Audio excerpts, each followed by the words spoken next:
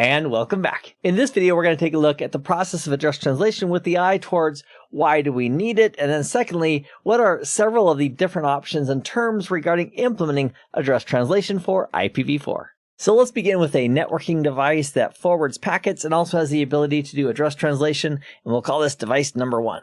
And let's imagine device number one is connected to a network out here. It's connected to a network here.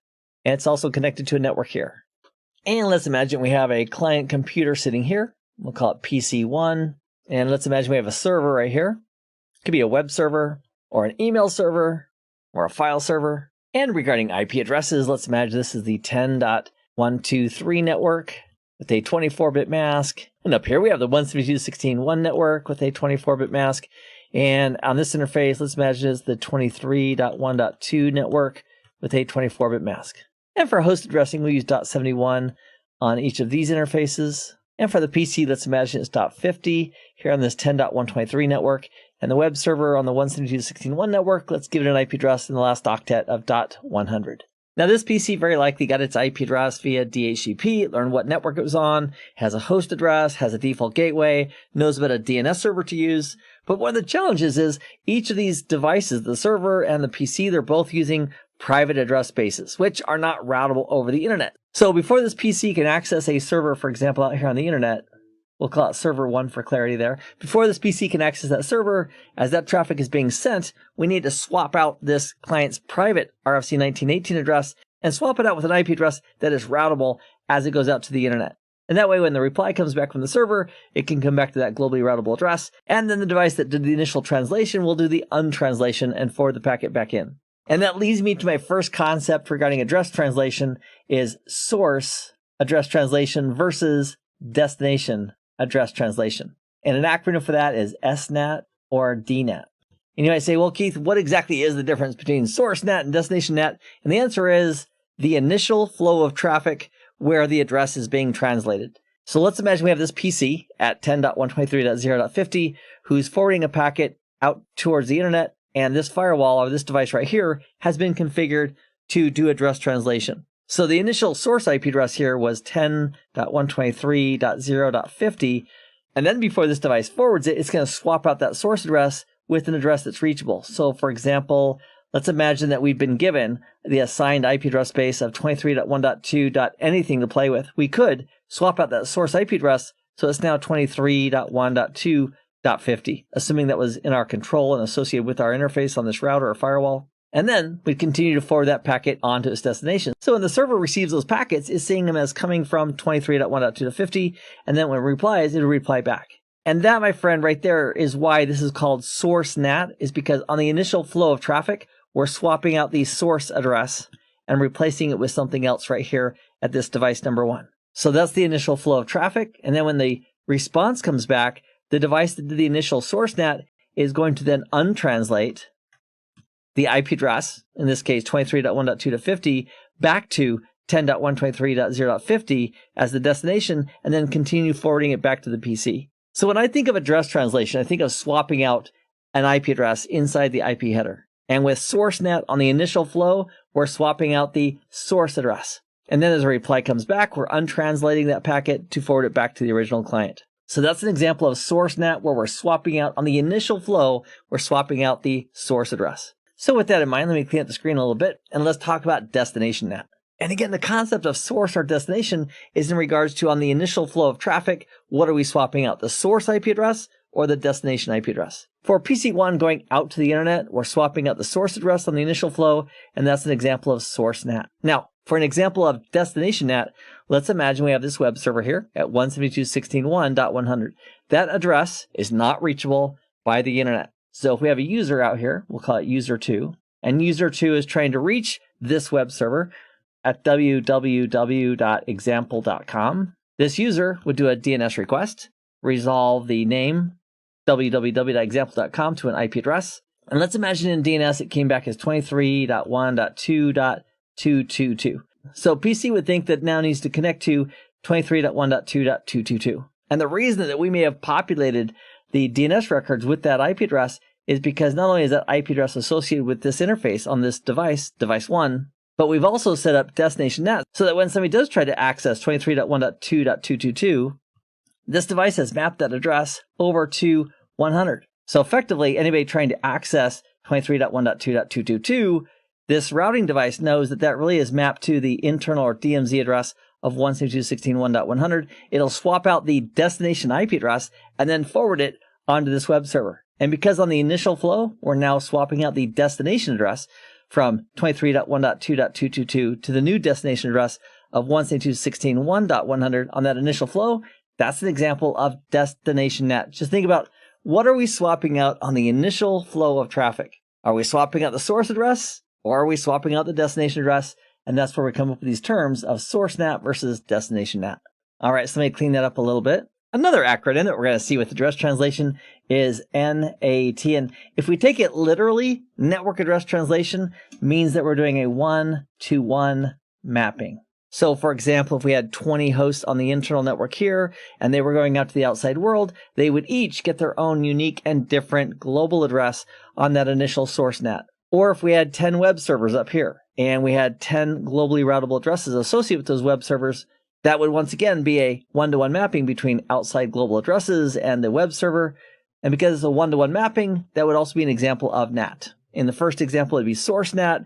In the second example, it'd be destination NAT. Now, another option is PAT, port address translation, which is many to one. So here's an example. Let's imagine on this device number 1 here that we have been assigned the public address, but also 208 on the 23.1.2 subnet. Let's imagine we have 100 devices on the inside network here that all need to go out. And let's also imagine that we want to take all of that source traffic, all their source IP addresses, and map them over to a single outside global address. So the many would be over here, many internal source devices, which are going to be mapped into the single IP address of 23.1.2. In this case, 208. And the reason it's called port address translation is because this address translation device is tracking all those sessions based on additional information, including port information at layer 4, with TCP and UDP. And that's how it can uniquely keep track of all those sessions. So let's imagine just hypothetically that all 100 devices are all going to this one server on the outside. There's going to be source address translation for all of their initial source addresses. We have .50 and 51 and .52. All of those source addresses are going to be swapped out to this one address. And then with that same source address, that traffic is going to be directed to that server at its destination address. So if each of these devices sent one packet, this server would see 100 packets that all look like they came from this single IP address of 23.1.2.208. So this device is doing the address translation. It's keeping track of all the unique port numbers for each of those sessions. And that way, when the responses come back, the untranslation can happen from this single IP address. And then the untranslation can happen and the packets can be forwarded back to the clients. So it has the name of PAT because it's tracking on the ports. But a lot of times people will say NAT, even if they're doing literally port address translation with a many-to-one scenario. So if somebody says that they're using NAT, they could, casually also be implying or meaning that they are using port address translation with a many-to-one mapping from inside devices going to the outside world. So between friends or casual conversations, if somebody says we're using NAT, that just means address translation, and it doesn't get into the nitty-gritty of whether it's really a one-to-one mapping or many-to-one. However, it's important to be aware that NAT implies a one-to-one mapping where PAT implies a many-to-one mapping. And another term that's often associated with PAT is overload. And I don't mean overload as in a bad way, but overloading on a single IP address. So with PAT, we have a dozen or 100 devices inside that are all being mapped to a single address or overloading on that IP address. So if somebody says we're using PAT or we're doing overloading, they're implying that many devices, many source IP addresses in this case, are being mapped to a single IP address before that traffic is being forwarded out. So let me clean that up a little bit. Now, as we implement various flavors of address translation, we have a couple of options regarding how it's deployed. One can be static. With a static mapping, whether it's for port address translation or network address translation, effectively we're hard coding on this device what is going to be translated to what. For example, we could say this device at .50 is specifically going to be mapped to, let's say, .209 in the case of NAT with a one-to-one mapping. And if we statically configure that so it's always there, that's referred to as a static address translation.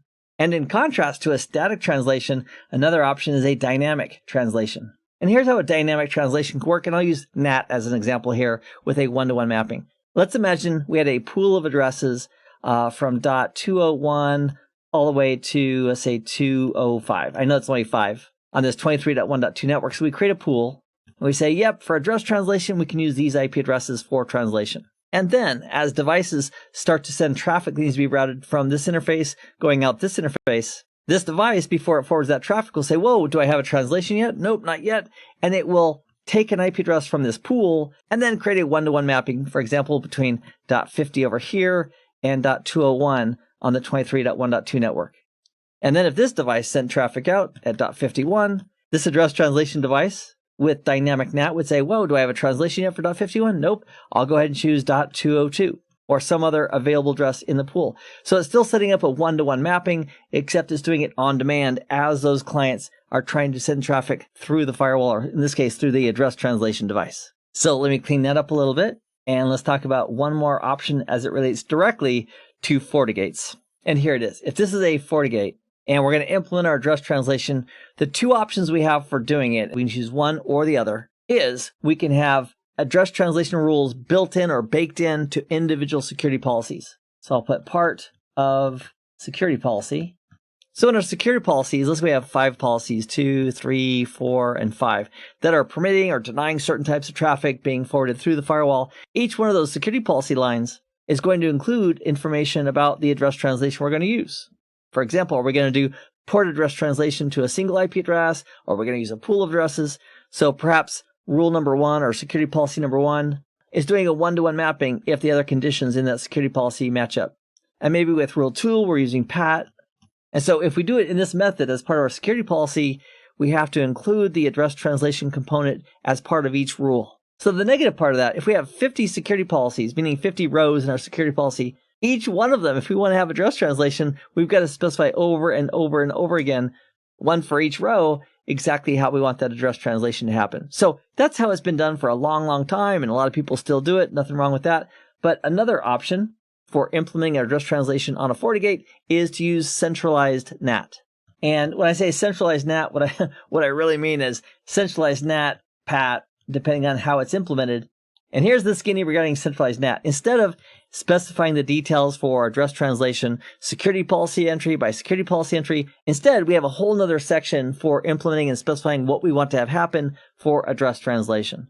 So if we wanted to do source NAT for PCs going out, or if we wanted to do destination NAT for outside users who are trying to reach a web server, we still have all that functionality, except we're going to implement it from a separate pane of glass or a separate window, as opposed to the individual entries in our security policies. So I totally get it that there's a lot of options here regarding address translation. And I think to make it more clear, let's do this. In the next video, let's set up a plan to do source address translation or source NAT. And then I'll walk you through step-by-step examples of each of those. And then after we're done with source NAT, we'll do the same thing with destination NAT. So I'll see you in the next video as we put a plan together for implementing source address translation. I'll see you there in just a moment. Meanwhile, I hope this has been informative for you, and I'd like to thank you for viewing.